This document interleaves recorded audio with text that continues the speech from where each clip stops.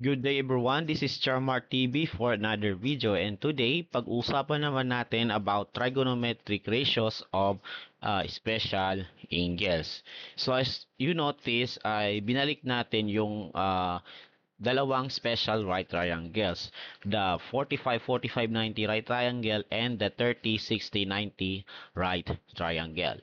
So, para sa 45-45-90 degrees, so we have the side ratios 1, 1, and the square root of 2, kung saan yung 1 ay yung sukat ng bawat leg, tapos yung sukat naman ng hypotenuse ay square root of 2. Habang sa 30-60-90 naman po, so we have the shorter leg, longer leg, at saka hypotenuse. So, yung kaharap ng 30 degree angle ay yung shorter leg whose length is 1, habang yung kaharap ng 60 degrees, no, yung side kaharap ng 60 degrees ay yung longer leg na ang sukat ay square root of 3. Tapos yung hypotenuse naman ay 2. So yung ratio po ng sides ng 30, 60, 90 ay 1, square root of 3, and 2. Okay? Po, so we are going to use this special triangles to find the trigonometric ratios of special angles. So let's begin. Okay. And as you know class, dapat ma-recall natin yung SOHCAHTOA. Okay, para ma-solve natin ito. Kaya naman, the first one is the sine of 30 degrees. So, notice class, tingnan nyo, 30 degrees. So, ito po yung 30, 60, 90 right triangle. So, nakaharap siya, no? Ito po yung 30 degrees na tinitignan natin, ano po. So, bale, dito yung 30 degrees, ang kaharap niya ay shorter leg whose length is 1, tapos ang adjacent naman ay square root of 3. So, i-recall po natin yung yung SOHCAHTOA, no? So, yung sine po ay yung opposite over hypotenuse. So, ang opposite po ng 30 degrees ay may length na 1, so 1 po sa taas. Tapos, yung hypotenuse naman ay 2. Okay? So, ibig sabihin, the value of sine 30 degrees is 1 half. Ayan. Next naman po is number 2. We have cosine of 45 degrees. So, kung wala kayong hawak na kopya ng 30, 60, 90 or 45, 45, 90, so you just just draw those triangles on your own. Depende kung anong angle ang hinahanap. Ang pinapahanap po. So, 45 degrees, so mag-draw tayo ng 45, 45, 90. Just like this. Ayan. So, this is 45 degrees. And sa 45 degrees, yung sukat ng parehong leg ay 1. Okay. Tapos, yung hypotenuse is square root of 2. Ayan. So, it doesn't matter, guys, kung alin dito yung opposite side at saka adjacent side. Kasi pares lang naman sila 1. Pero ang hypotenuse po natin ay laging square root of 2. Okay? Ayan po. So, bale, cosine of 45 degrees, i-recall po natin SOHCAHTOA doon sa part na CAH, no? Adjacent over hypotenuse. Okay? Our adjacent side is 1, and then the hypotenuse is square root of 2. So that we have 1 over square root of 2. Now, notice na may radical sa ilalim. So, we have to rationalize. Ano po? So, i-multiply natin both numerator and denominator by square root of 2. Okay? Ayan po. And then, i-multiply natin. So, 1 times square root of 2, that's the square root of 2 all over. Square root of 2 times the square root of 2. This will become square root of 4. And square root of 4 is 2.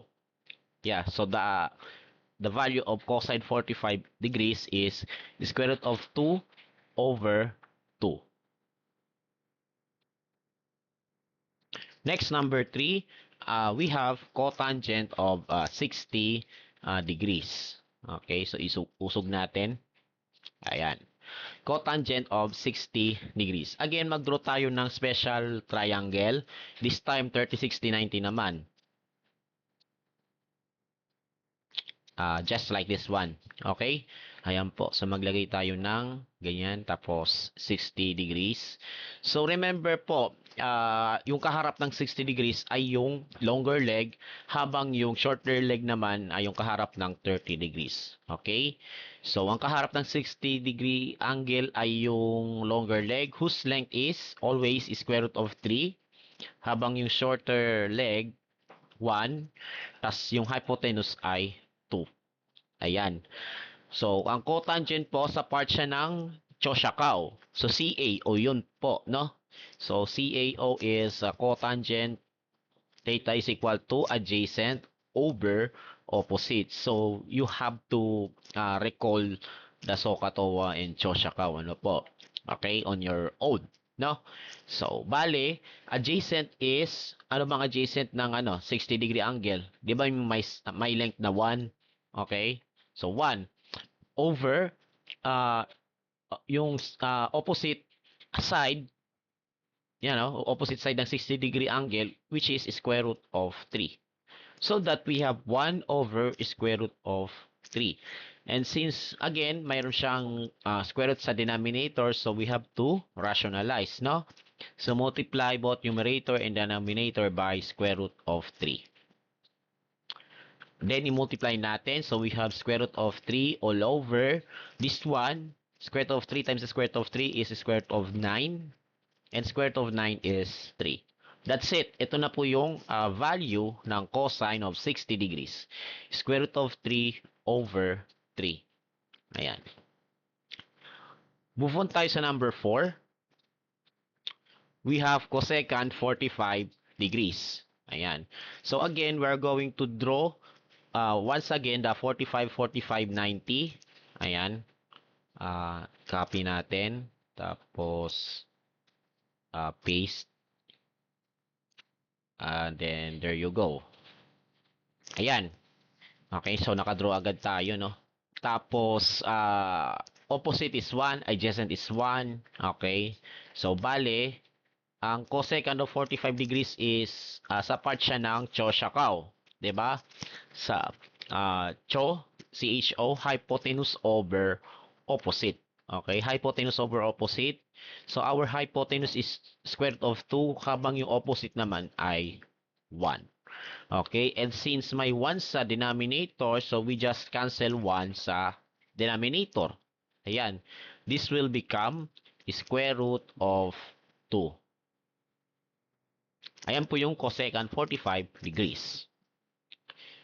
Next, number 5, tangent of 60 degrees. So, again, mag-draw ulit tayo ng 30, 60, 90. So, kopyahin na lang natin to para mas pabilis. Ayan. Okay. Copy. Tapos,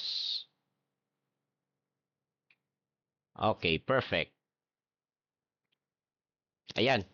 So, bale, ito po yung 30, 60, 90 triangle. So, bale, tangent of 60 degrees, sa part siya ng Sohcahtoa. Tama? Tangent is equal to opposite over adjacent. So, bale, ang opposite ng 60 degree angle ay square root of 3, habang yung adjacent naman ay 1. So, we have square root of 3 over 1, and once again, may 1 sa baba. So, we just cancel out 1 here.